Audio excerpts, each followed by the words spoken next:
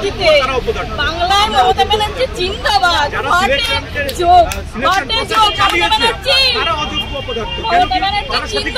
বেঁচে থাকুন এইভাবে আমাদেরকে শেষ করার জন্য। হাততালি আপনাদের জন্য, হাততালি। আমাদেরকে আপনি লাশের পর লাশ দেখবেন, এবার আবার লাশের পর লাশ দেখবেন, এটাই হচ্ছে আপনার অনেক কৃতিত্ব। পুরো বাঙালিকে আমাদের নতুন প্রজন্ম আমাদেরকে পুরো শেষ করে দেওয়া হলো। এবার আপনি খুশি তো? জিতে গেছে তো আপনাদের বাম আমলের প্রতিশোধ নিতে। আপনারা যে খুলে আম দুর্নীতি করেছেন, কি ভেবেছিলেন বাপের উপর বাপ হয় না? দেখে নিলেন তো এবার বাপের উপর বাপ হয়। আপনাদের অন্যায়ের জন্য আজকে আমাদেরকে বলির পাঠা হতে হলো, বলির পাঠা। কোথায় যাবো আমরা? অবশ্যই মমতা ব্যানার্জির ক্যাডারদের জন্য। তারা যদি টাকা না নিয়ে কি করে আসতো? এই প্রশ্নটা এত বছর 2012 সালেও 2012 সালের এসএসসিতেও দুর্নীতি হয়েছে, সেটা চাপা পড়ে গেছে। তারপরে এটা খুলে আমি জানি কোথায় কোথায় টাকা নেওয়া হয়েছে, কারা চাকরি পেয়েছে টাকা দিয়ে, কেন এগুলো কোথায়? যারা সরকার তারা যদি দুর্নীতির সাথে যুক্ত থাকে, আমাদের দোষ কোনটা? আমাদের যে আমরা অন্যায় করি, তারপরে আমরা যে এইখানে এসছি, এই যে অবশ্যই মমতা ব্যানার্জির লোকেদের যারা দুর্নীতি করেছে, তৃণমূলের এটা হাজার বার তৃণমূলের যারা খুলে আমারও অফার এসেছিল টাকা দেওয়ার জন্য, আমি যাইনি।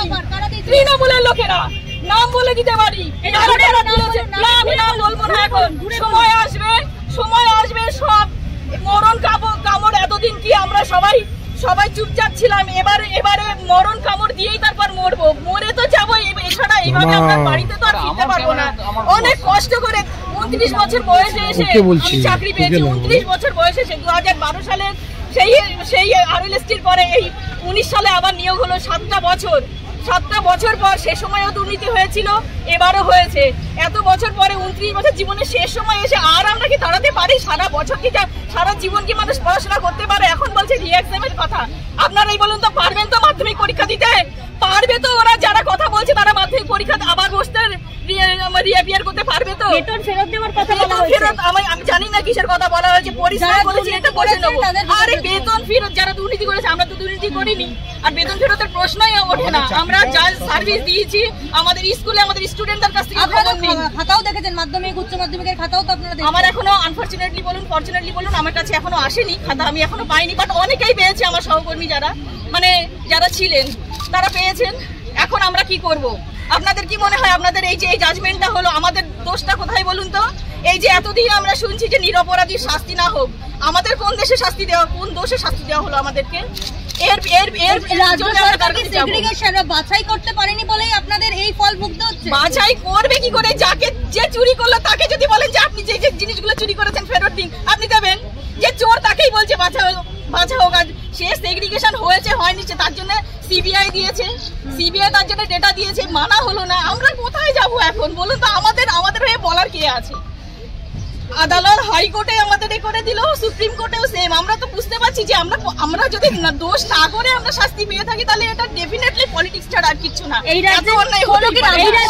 দূরের কথা, ছোটবেলা থেকে বিশ্বাস করুন, আমার ফ্যামিলিতে আমার ঠাকুরদা ছিলেন স্কুল শিক্ষক, আমার বাবাও স্কুল শিক্ষক ছিলেন। আমার না রক্তে রন্ধ্রে আমার স্কুল হলেই বাবা জিজ্ঞাসা করেছিল তখন বলেছিলাম যে হলে স্কুল টিচারই হবো, আদারওয়াইজ কোনো প্রফেশনে যাবো না, অন্যের বাড়ি বাসন মাজবো। এতটাই ডেডিকেটেড ছিলাম আমি, কারণ এই পরীক্ষা ছাড়া আমি অন্য কোনো পরীক্ষার জন্য আমি এগোইনি, ভালোই বাঁচতে পারিনি। এটা ছিল আমার শুধুমাত্র কি বলবো, এটা আমার প্যাশন, আমার ভালোবাসা, আমার লাইফ, এটা আমার জীবন। এটা আজকে আমার জীবন চলে গেছে। ভবিষ্যৎ প্রজন্ম আপনারা আমাকে দেখছেন কথা বলছি, আমি কিন্তু জীবিত নেই, নই আর কি এরকম। ভবিষ্যৎ প্রজন্ম এ রাজ্যে কি আর কোনোদিনও চাকরিতে ভরসা করবে, সরকারি চাকরিতে? দেখুন, স্কুলে না আমার স্টুডেন্টদের কাছে আমার খুব ভালো নাম, জানেন তো, অনেকে আমাকে আইডল মনে করে। আমি বারিপুর গার্লস হাই স্কুলের টিচার, যাবেন ওখানে জিজ্ঞাসা করবেন শাহানি ম্যাম কেমন। আমি শাহানি নাজনীন বলছি।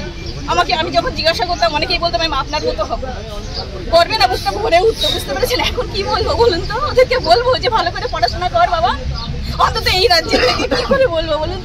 তাদের সাথে দেখা হবে কিনা জানি না, পরের কথা। কিন্তু যেই আসুক না কেন স্কুল টিচিং, অন্তত এই সরকারের আমলে জানি না, যদি ভালো কিছু হয় তো হোক, ডেফিনেটলি অন্যদের সাথে এরকমটা না হোক। কিন্তু আমাদের কি হবে বলুন তো? আমরা কি করে বলবো অন্যদেরকে? জানি না। এখন যার জন্য এতটা খুলে না হলে হতো না। উনি কি জানতেন না? সত্যি কথা বলুন তো, এই রাজ্যে আমাদের একটা কথা নড়ে না ওনার অগোচরে। উনি জানতেন না যে এইসব জিনিসগুলো হচ্ছে? শিক্ষামন্ত্রীর বাড়িতে টাকা পাওয়া যাচ্ছে, লজ্জার বিষয়। কতটা লজ্জার বিষয় এটা? হ্যাঁ, লজ্জা করে না? ওকে তো 7 বার মানে ফাঁসি দেওয়া উচিত ছিল। জেলে কি করছে ও? বেঁচে আছে কেন এখনো?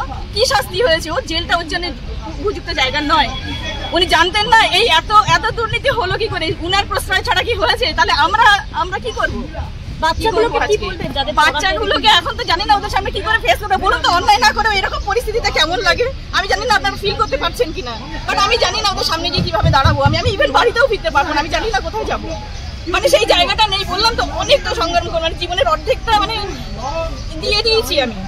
মানে জীবনটা নিংড়ে যাকে বলে। আমি কোন প্রত্যন্ত জায়গা থেকে মাধ্যমিক পরীক্ষা দিয়েছি, 5 কিলোমিটার দৌড়ে পরীক্ষাতে, এক হাতে ব্যাগ আর এক হাতে ছাতার এক হাতে জুতো নিয়ে 5 কিলোমিটার দৌড়ে পরীক্ষা দিতে গিয়েছি। সেই সময় থেকে মাধ্যমিকে একটা টিউশন পাইনি, সেই সময় ফার্স্ট ডিভিশন পেয়েছি।